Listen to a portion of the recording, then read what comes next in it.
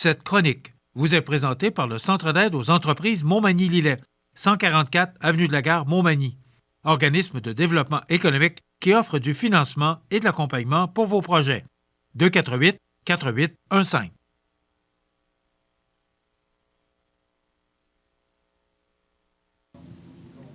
Je vous souhaite la bienvenue à cette autre chronique Parlons Affaires en compagnie de Mireille Thibault, qui est directrice générale du Centre d'aide aux entreprises Montmagny-Lillet, le CAE. Bonjour Mireille. Bonjour Michel et un beau bonjour à tous les téléspectateurs et téléspectatrices à la maison. Comment vas-tu? Je vais très bien. Et toi? À quelques jours du temps des fêtes? Eh bien oui. Déjà? Oui, effectivement. Et ça a une période de repos puis une période aussi de ressourcement. Grosse année 2021. Oui, une très grosse année, autant personnelle que... Oui, c'est ce que je voulais dire, autant personnel que professionnel. Oui, alors qui aurait dit en ce début d'année les changements au niveau de la carrière? Mais l'année se termine et je suis très heureuse et même avec pleine d'énergie. Bon, nommée directrice générale au printemps. Oui, au mois d'avril. Oui.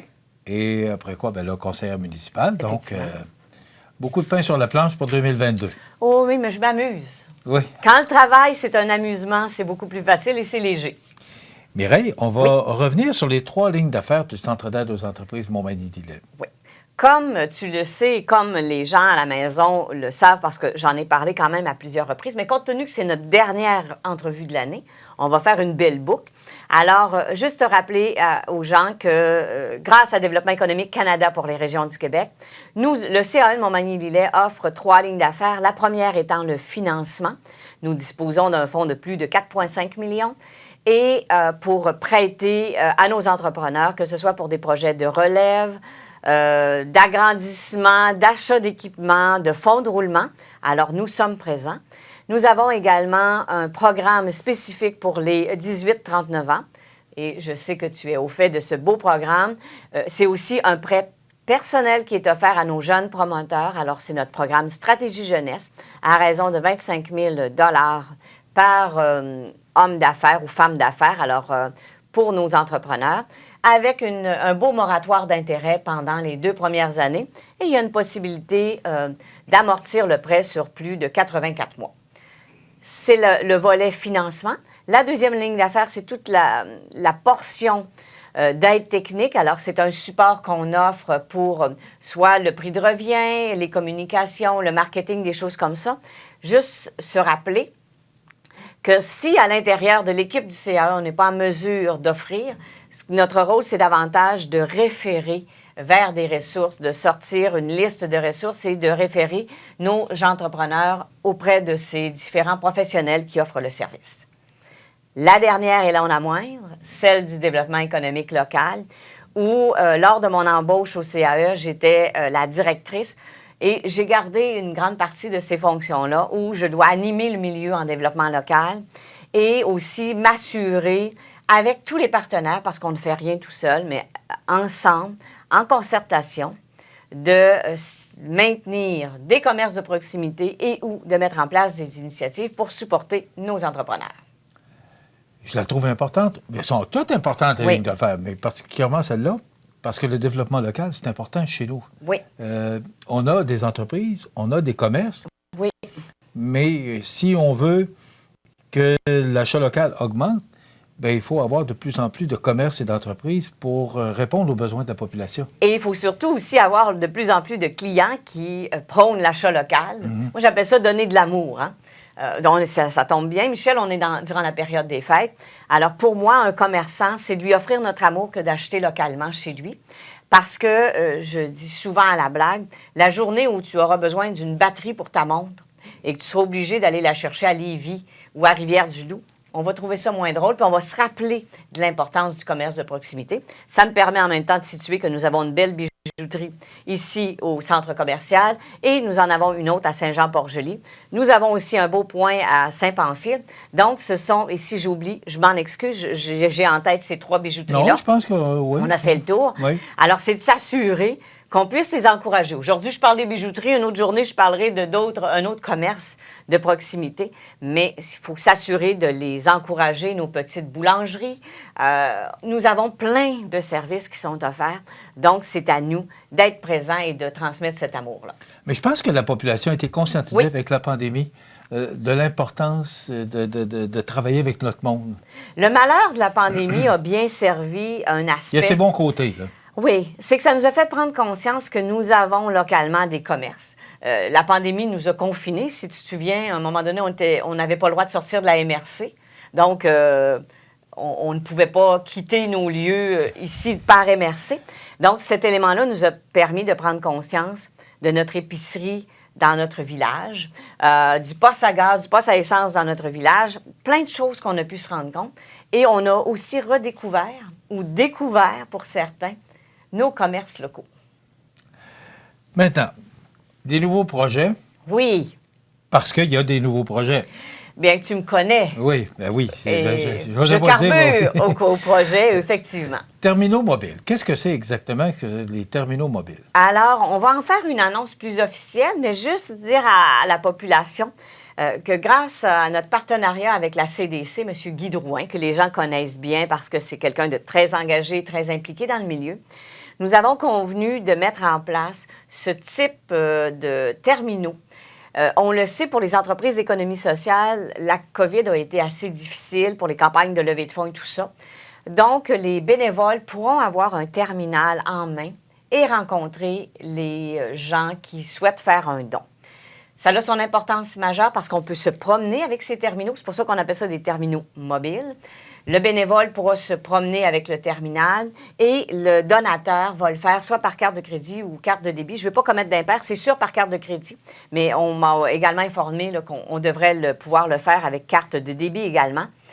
Et tu conviendras que quand on fait un don, bien qu'on a confiance en tous nos bénévoles, ça vient aussi sécuriser le donateur.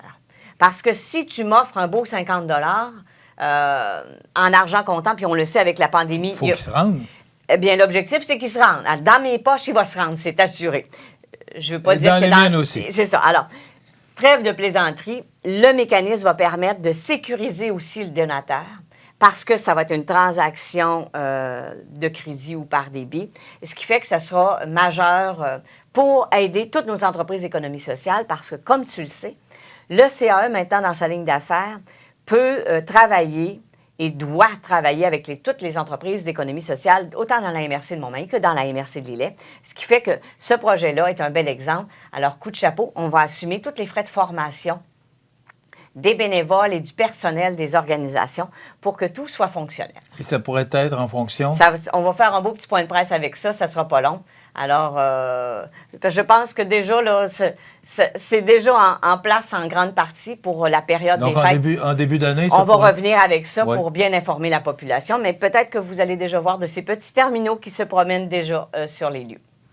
Maintenant, web et achat local. Et oui, on revient toujours avec ce terme d'achat local-là, Michel, parce que c'est très important. Le CAE a investi des sous dans la MRC de Lillet pour une plateforme web pour que les entreprises, nos commerçants, puissent avoir accès à une boutique en ligne. Et nous sommes à travailler exactement la même chose dans la MRC de Montmagny parce qu'on s'est rendu compte que, crois-le ou non, à peine 30 % de nos commerçants ont une boutique en ligne, ce qui fait que pour faire des transactions, et de tous nos commerçants, à peine 50 % ont déjà un site web pour présenter leurs produits. 50 % À peine. OK. Alors, on comprend que c'est un commerçant sur deux. Alors que ça devrait être 110 % là. Oui, alors, il faut voir, il y a une chose qui est importante, par exemple, parce que tu peux avoir une boutique en ligne. C'est pas toujours... il y a des endroits où il y a des commerces où d'avoir une boutique en ligne, ce n'est pas rentable. Alors ça, on le sait, donc il faut s'assurer de la rentabilité de la chose quand même, mais d'avoir une page web pour présenter nos produits. Alors, si tu as besoin, je ne sais pas, d'une paire de patins, bien, tu vas aller chez un commerçant, tu vas regarder en ligne ce qu'il a et tu vas te présenter sur place pour acheter ta paire de patins. Ou sinon, tu peux la commander en ligne. Tout dépendant, les jeunes, à mon âge, j'aime ça, aller dans la boutique, toucher le patin, toucher le tissu, toucher les livres. Mais il y a des générations un peu plus jeunes, plus techno, qui, elle, aime vraiment, cette génération-là, faire tous ses achats en ligne. Donc, avant de penser à ces Amazones de ce monde, on peut penser localement. Puis, donc, c'est très important Parce l'achat que les en gens, carte. aujourd'hui, de plus en plus, tu Oui, parles des jeunes, oui. mais on est comme un peu habitué maintenant. Oui. Tu cherches quelque chose, ben, tu vas aller sur le web et tu vas chercher le nom du commerce. Oui. Il n'est pas là. Alors, c'est pour ça qu'on va Alors, travailler avec... Et là, à ce moment-là, on va travailler davantage Très avec bonne la initiative. MRC de Montmagny, parce que la MRC de Lillette s'est dotée d'une plateforme, l'achatlocal.com. Donc, on va travailler à ce niveau-là.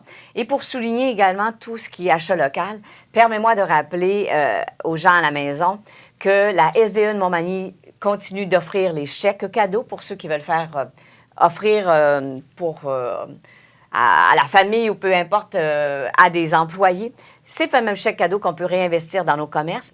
Et saluer également toute l'initiative, et je sais que la station était partenaire, avec la Chambre de commerce Kamouraska-Lillet, avec l'initiative de Nancy et de son président, qui ont tenu et qui tiennent encore une belle campagne « Mes achats à quelques pas », où vous pouvez vous présenter chez un commerçant sur le secteur de la MRC de Lillet et également dans le Kamouraska. Mais moi, je vais me limiter à la MRC de Lillet pour cette belle campagne, sous l'initiative de la Fédération des chambres de commerce du Québec, où elle offrait à toutes les chambres de commerce la possibilité de faire une belle campagne d'achat local. Alors, bravo. Bravo, félicitations. Tu l'as marqué, M. Hudon. Oui, et, le président, et Nancy. Mme Dubé. Oui. Quel beau succès. Ils ont investi 32 000 $ en Oui. promotion de toutes sortes, dont la publicité que vous voyez ici sur nos ondes, pour inciter les gens à acheter localement. Oui. Et chapeau. Belle initiative de la Alors, Chambre le de commerce CAE, Kamouraska-Lillet. effectivement, le CAE est partenaire. On peut le voir dans les médias écrits également. Et les partenaires, bien Nous sûr. sommes partenaires financiers de cette belle initiative-là. Comme je le mentionnais tout à l'heure, le CAE est toujours partenaire de ces belles initiatives. Et on parle de tournée des leaders. Oui, alors on remet en place, c'est une belle initiative de Jérôme Labrie de Technion. Il est toujours à la Chambre de commerce. Et au moment où j'étais à la Chambre, on avait mis en place cette tournée des leaders. Quand je suis arrivée au CAE, la Chambre et le CAE se sont impliqués dans cette tournée. La pandémie nous a fait ralentir nos activités, mais on reprend dès le début de l'année 2022. C'est une tournée des leaders où on travaille soit en innovation, en automatisation, en robotisation et en amélioration continue. C'est un cercle d'expertise. On se promène d'une entreprise à l'autre pour informer les gens à la maison. Nous avons visité Technion, Humano-Médical, Garant, où nous avons partagé cette expertise-là dans ces 4 domaines-là pour que d'autres entrepreneurs ou d'autres personnes à la recherche et développement soient conscients de tout ce qui se fait en innovation. Donc, on a travaillé très, très fort et on poursuit tout ce travail-là. OK. Et ça commence... On reprend le tout en OK. janvier, fin janvier. OK. On va sûrement aller voir des gens. Là. Notre premier devrait être emballage LM à Saint-François. Mais comment c'est fait? Comment ça... Alors, vous, ce qu'on vous allez fait- là, vous oui. faites une tournée... Puis On vous- fait une petite visite de l'entreprise et les gens de l'innovation du département de recherche vont nous partager un procédé qu'ils ont mis en place en innovation dans leur entreprise Non, ou en mais- automatisation. Mais là, vous autres, vous voyez ça, mais comment vous faites Alors, pour... tous les autres entrepreneurs sont avec nous. Donc, ils apprennent des choses. Ça leur évite des fois des erreurs. Ça leur donne des idées. Et ce qu'on a compris également, c'est cette belle collégialité-là, où il y a un grand respect sur la confidentialité, mais ça fait en sorte que ce partage-là, il n'y a pas un consultant qui peut t'offrir un partage de cette nature-là. Et ça, c'est pas que c'est que peu importe la qualité du consultant, et même le summum n'arriverait pas à nous présenter une aussi belle brochette et une aussi belle d'informations qu'on pourrait avoir pour prendre des décisions. Alors, c'est très important. Les vœux de Noël, parce qu'on est rendu là, parce que c'est la dernière chronique, ça va aller au mois de janvier pour la prochaine, donc, et le bureau ferme, là... On va fermer la semaine dernière, le 22 décembre au soir. OK, et on reprend... Le mardi 4 4 janvier. Alors, OK. c'est ça, donc, nos bureaux. Et ça va permettre à Je toute vous laisse l'équipe. aller, madame, et je vous laisse faire vos vœux directement à la population. D'accord. Alors, tout d'abord, permettez-moi, au nom du CA de Montmagny-Lillet, de reconnaître l'excellence de mon équipe de travail avec Marie-Claude, avec Brigitte, directrice du financement, et avec Cathy, conseillère aux entreprises. Également, je veux saluer le dévouement de tous les administrateurs sous la présidence de Jean-Alain Lemieux. Je veux également reconnaître la confiance témoignée par Développement économique Canada pour les régions du Québec pour nous permettre, dans Montmagny-Lillet, d'être très efficaces. Je veux aussi saluer toute l'équipe des médias et principalement ton équipe ici pour nous accueillir et nous permettre de diffuser ces informations-là à la population. Et pour terminer, bien, je m'adresse à vous et je vous dis, partageons l'amour. J'ai une pensée spéciale pour toutes les personnes qui sont seules. Je nous invite et je vous invite, si vous connaissez quelqu'un, à ouvrir votre porte pour que la période des fêtes soit beaucoup plus agréable et qu'on partage cet amour. Alors moi, je vous dis à tous de joyeuses fêtes et beaucoup de santé. Merci beaucoup. Mireille Thibault, directrice générale du Centre d'aide aux entreprises Montmagny-Lillet, le CAE. Donc, de joyeuses fêtes à toi, Mireille, et à toute ton équipe. Merci. On s'arrête.